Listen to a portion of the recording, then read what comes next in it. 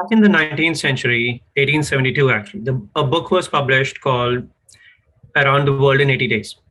And as the name says, it describes a journey around the globe in those times. Now, over a slew of different types of transportations, and not just traditional trains, roadways, ships, even animal powered carts, and even an elephant ride. More recently, in 2018, it took a total of almost of only 3 layovers with a commercial airline, much lesser number of hours, not just days. What's the relevance to this conference, you'd ask, right? And that's quite what we're going to get to in this session today. Hello, and welcome to this virtual session of Authenticate 2021. My name is Vaibhav Gupta. I work at Capital One in the Cyber CTO's office on roadmap outcomes and formulating cyber strategies for identity security across all of our lines of businesses. Not just for our customers, but for our business partners, our staff, our commercial software products, even our internal legacy systems. And in this session about unphishable credentials, rather than any commercialized catering of identity needs, what we are going to discuss is more of an enterprise usage of identity solutions. And I'm joined by my colleague, Kiran. Kiran? Thank you, Vaibhav. Hello there. I'm Kiran Mantripragada, and I manage the risk and compliance programs for Capital One's identity and access management team. In this session today, I'm excited to share my thoughts and experiences on the risk-based adoption of what we call the secure authentication or the passwordless, and the journey from the legacy authentication to the modern authentication, which is more passwordless. Back to you, Vaibhav. Cool. Well, thank you, Kiran. So I'm going to start with a little bit of a background and a little bit of touch upon the strategy before coming around to conclusion. And between us, we'll be discussing during our session today. And to start off with, I would take a step back and bring in the thought. Mergers and acquisitions generally are one of the most common ways that companies grow and they sustain their markets. Mergers and acquisitions, as we all know, also bring along not just the business outcomes on the technology that comes along, but they also bring along a lot of tech debt, right? And then it takes years and years to sort through and clear that out. So with multiple M&As over several years, typical large enterprises just keep adding on processes, procedures, teams, technologies, and most of that technology includes not just the consumers that they are servicing, but also their internal workforce and staff and other functions which are supportive. So this kind of includes, to a large extent, identity management systems. And that's the topic of our discussion today, right? ID proofing, ID creation, provisioning, lifecycle management, access management, authentication, governance, all of that comes along. And from a technology standpoint, not just different IDP systems, it also comes along a lot of credential stores and credential management systems. Now, each of these, for example, for credential management and user repositories, right? For example, if different mergers and acquisitions have brought along different user stores, active directories, for example, they would come in with their own different diverse password complexities, their technology versions, even distributed or even disjoint user repositories that get accumulated over the years. Now, each of those would then have their own downstream applications, localized applications that are integrated with those companies, for example. And when you merge or acquire those companies, they come along. Now, imagine a user experience of a staff member, employee, traversing from one application to another that's kind of onboarded to these different localized solutions that may or may not have adopted to what people generally call SSOs, and I call that seamless sign-on, single sign-on. But the point is that it kind of ends up becoming quite like that trip in the olden days, right? Changing the mode of travel, the seating, the ease and the convenience, and as well as not just the guarantee of passing across, but even the security that comes along. Now, that was then. And you'd say SSO solves that problem. But the fact is that all centralized IAM solutions work only for those downstream applications which are onboarded to these centralized applications, which means if there are, let's say, if you have 5,000, even if you have 1,000 applications and only a few of them have been onboarded to your central IAM solutions, right? What about the rest of them? Right? When people have to go from one to another, combine that with the fact that there are localized legacy solutions, there are non-centrally managed app implementations.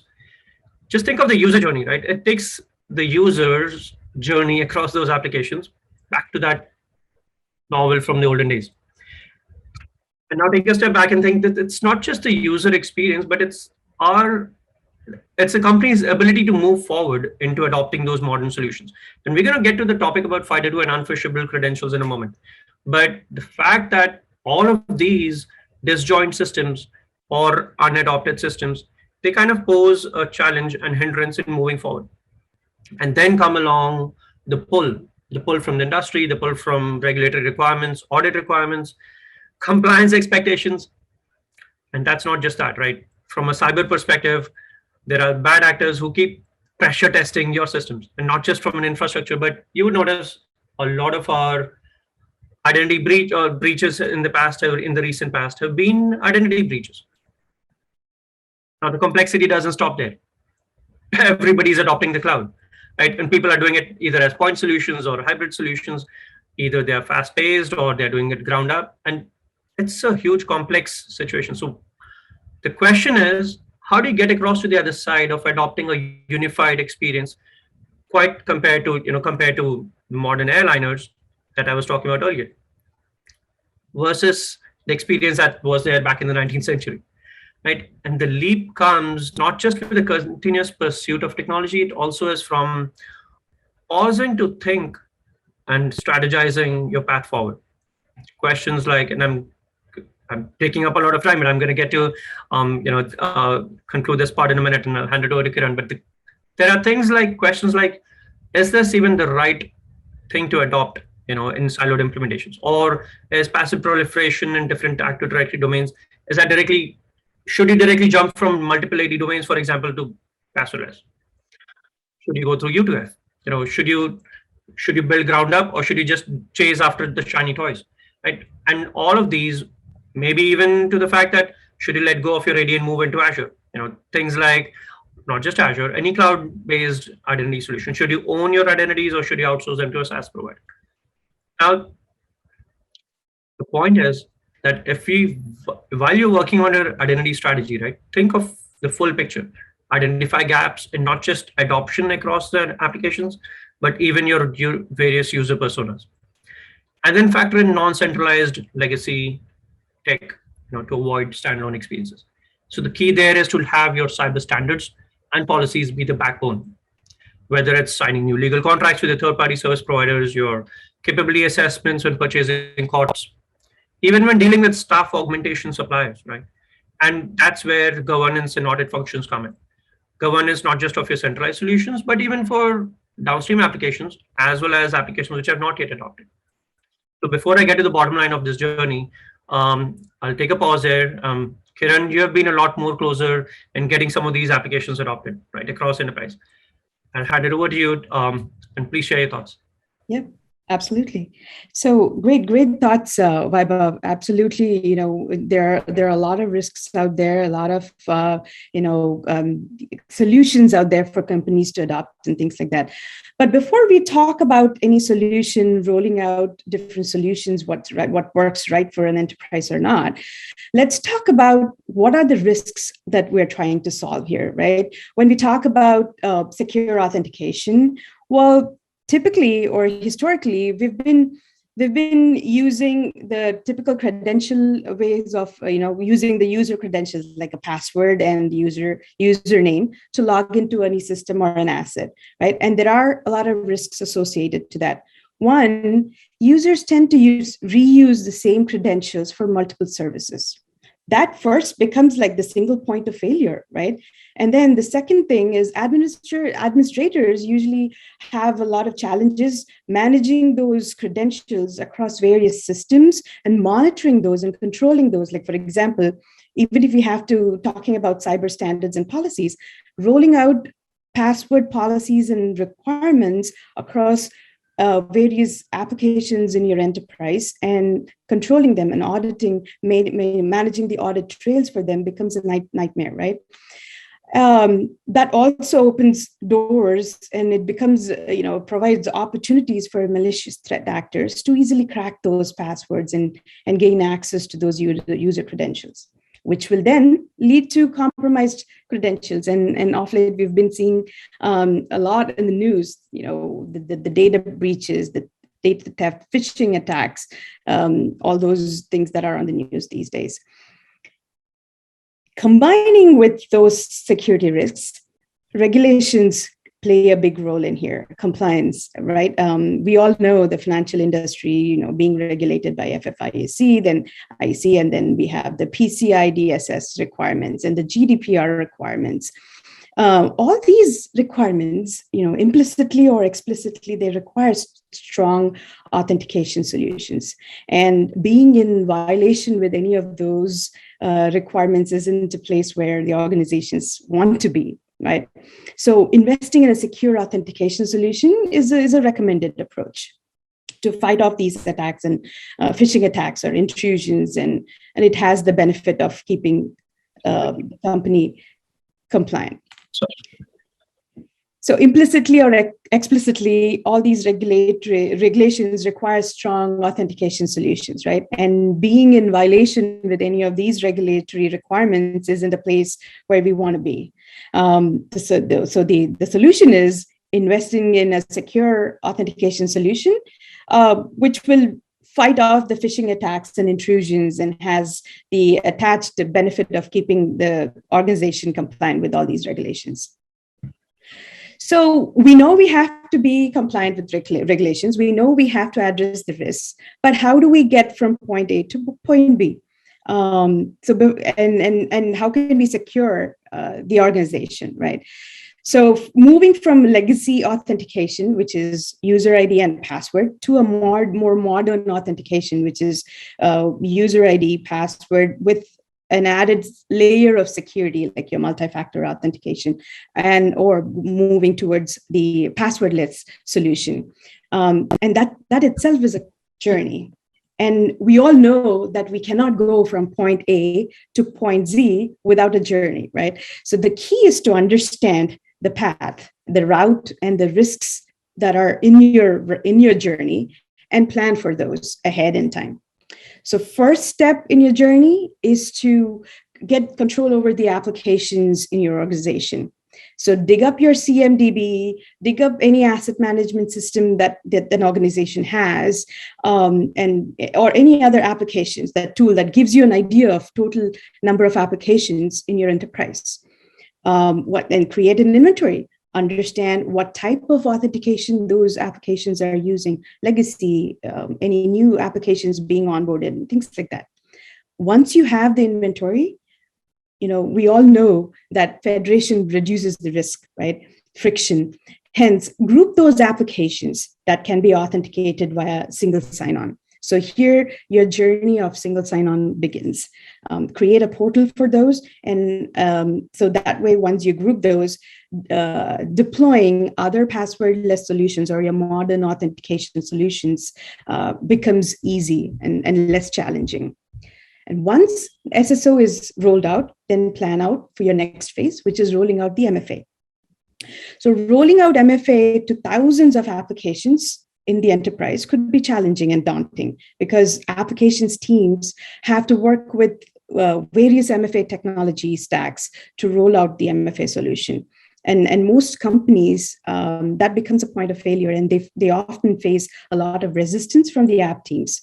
The solution is adopt a risk-based approach. So risk rank your applications from the inventory that you've already created, and identify opportunities where, by applying this MFA or the modern authentication, will reduce the risk profile and get you biggest bang for the buck.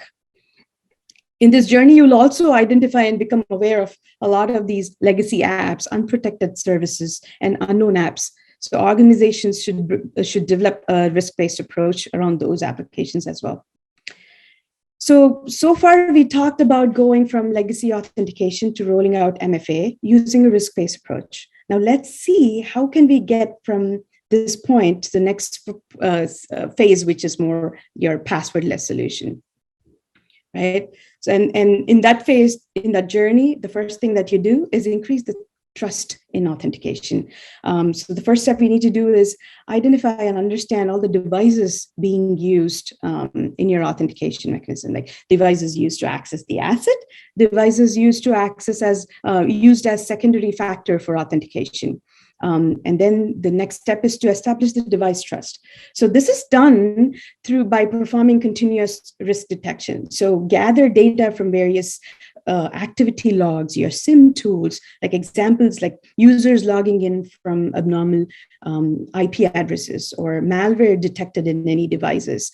So any risk that you identify from all these data that is being gathered could be used to analyze the user persona, can be used to analyze the authentication mechanisms used.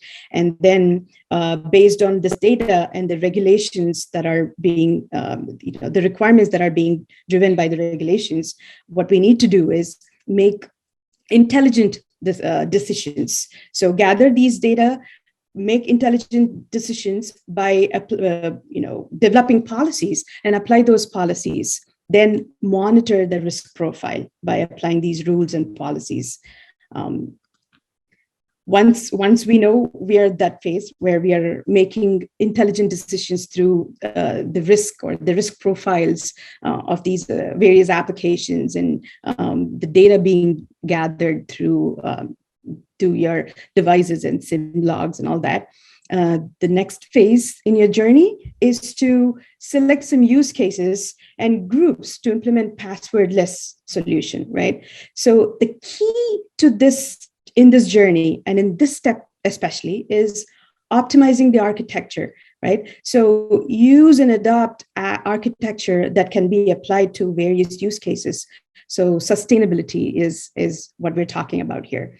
Once we roll out to certain use cases, rinse and repeat, identify another use case and roll out the solution.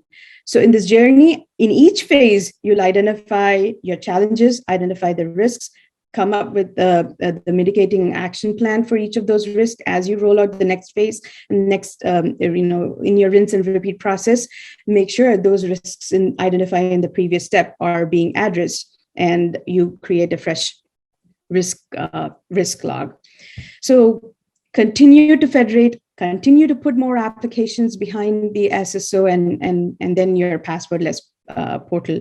And that gets you from your legacy, your journey from your legacy authentication to a more modern and secure authentication methods. And the key here is to plan ahead and continue and start your journey. Kiran, I really loved your part about the rinse and repeat piece. That completely makes sense. In fact, and I would just add, I think this kind of applies to not just the workforce and staff augmentation resources. It kind of also applies to business partners, any third-party suppliers as well. And you bring up those great points about the devices that people are using, the endpoints that people are using, and if we take this out one step ahead, not just from our workforce and staff augmentation suppliers, consumers and partners are very different again. Because primarily, I think, and to your point, the accountability of that account security, identity security, then kind of becomes shared from an enterprise standpoint when an enterprise or the cyber standards and stuff can enforce that people have to change their passwords every 90 days or whatever duration, right? You can't really have those same kind of requirements and expectations from your end consumers. And in those cases, I think just an additional side thought there, because when we think of FIDO and authentication and secure authentication, stronger authentication, just taking a step aside and talking about additionally, not just from workforce and staff, but thinking about consumers, user personas, I think, make a huge difference in that case, and they come in super handy because those are the ones that help us structure and outline the implementation of these strategies, right? And if your strategy already accounts for, like let's say consumer adoption for behavioral and risk-based authentication, consumer adoption via some consumers, you might want to identify a persona that relies on all sorts of modern technologies, and they have a tablet and they have an iPhone and whatever device, smartphones and stuff. they would rather rely on push notifications, but they would also want to be able to access your services across different devices. So, the digital experience that you build into relies on how securely you can keep those identities across devices for consumers. And then comes the other user persona about, where those users would kind of require MFA not just push notifications, but kind of, SMS and traditional OTPs. So from a consumer standpoint as well, taking that topic ahead, I think it's important to consider various different aspects and come up with your own strategy. So what I'm trying to say is whether it's consumers, business, a workforce, staff augmentation, or even system level or bot protection, anything that you're upping to make your authentication stronger, right? The intent here is that we should have an overall organization strategy. Let that be the backbone and kind of the central nervous system. That's one thing. And then add that a governing body, like Kiran mentioned, which will act as the hands and feet in your organization to have that cyber strategy implemented, right? And the core towards identity security, it's just that it has grown so much prominence over these years, right? It has always been a critical component for cybersecurity. And as we move away from centralized storage of credentials and passwords, identity has featured high on overall cyber strategies. So the point being, be more proactive than reactive. Don't just rely on the industry to tell you what you should do. Don't just rely on other different signals and market signals on how you should adopt. Assess your own landscape, right? Build a bridge in getting across to the outcomes that you identify. And don't just shoot for the quick wins, right? And not just the next shiny toy. In your strategy, take care of your baggage. Which brings me to the point, Kiran, from your experience, what do you think is the biggest challenge in this top-down governance approach anyways? Because companies can make sure that the top-down management approach is implemented, but in your opinion, how do people decide what is the right decision and how do they get it implemented? Yep. So you actually mentioned something very, very key, very critical thing in a couple minutes ago, Vaibhav, shared responsibility. I think that has a huge impact. So historically, teams have been working in silos, right? The information was not communicated across the board. Authentication is now not like a technology issue, right? It's an organization-wide decision. It's an organization-wide implementation to make. The culture now has to change, and teams have to recognize that everything has to be integrated and connected. So how does that happen? And to your point, the decisions have to be made at the top level, and it has to flow from top, it has to be a top-down approach. But how will the decision management make the decisions? Only if we feed the right data to the management so they can make informed decisions, right? So teams have to feed right data to board, to the management, and we need to take a closer look. And all that, again, boils down to risks. We need to take a look at what are our risks, to your point, what are our gaps, and what are the possible strategies or solutions we need to close those gaps or to remediate those risks. And oftentimes, when the data gets to the management, it's either too granular or it is too high level that the main idea or the key points are often the message is often missed. What we need to make sure, like it could be dashboards, it could be reports, or whatever that is, that the data should be fed and the risks have to be socialized to management at the right level and with the right detail, right? So I think from what I have seen, like the recent breaches and the ransomware attacks have been like eye-opening incidents and that have hit all the boardrooms, and there has been a shift definitely in the way companies have been addressing these risks and making decisions.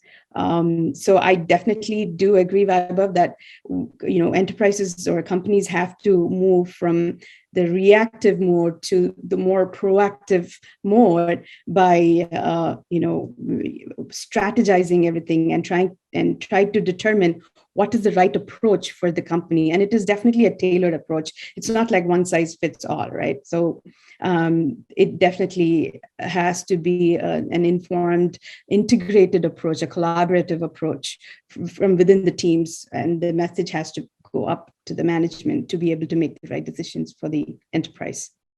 Yeah. No, I would certainly echo those thoughts there, Kiran. Very well said. In conclusion, I think what we are overall trying to get to, tell me if you want to add more to that. Certainly, I think moving forward, we have to take care of our baggage. We can't just drop it, and we can't just litter our path, because then we have to get back and take care of it later. And balancing security with usability, if we know what kind of journey is important to the organization, that in that sense, don't just go for the easy wins, I guess. I think what you're saying is, build it ground up. Even if we know something is our North Star, adopt and evolve as we grow. Any final thoughts? No, you're spot on. It's definitely not an easy journey. Like you said, we need to go take a phased approach, take a risk-based approach, learn from what we've done, and then move on. And like you said, there's always the trade-off between the user adaptability and then the security. So we need to understand all that, put the right balance, and make the right decision and roll out the strategy that is right for the organization and the users. Yep, completely agree. Well, I guess this brings us to the conclusion of our talk today. Certainly appreciate your time and partnership, and thankful to Authenticate and the conference hosts and organizers and everybody for giving us the opportunity. Hope to catch everybody else sometime in person, maybe next year or coming years, one of those times. But thank you for your time, everybody. Have a good afternoon. Thank you.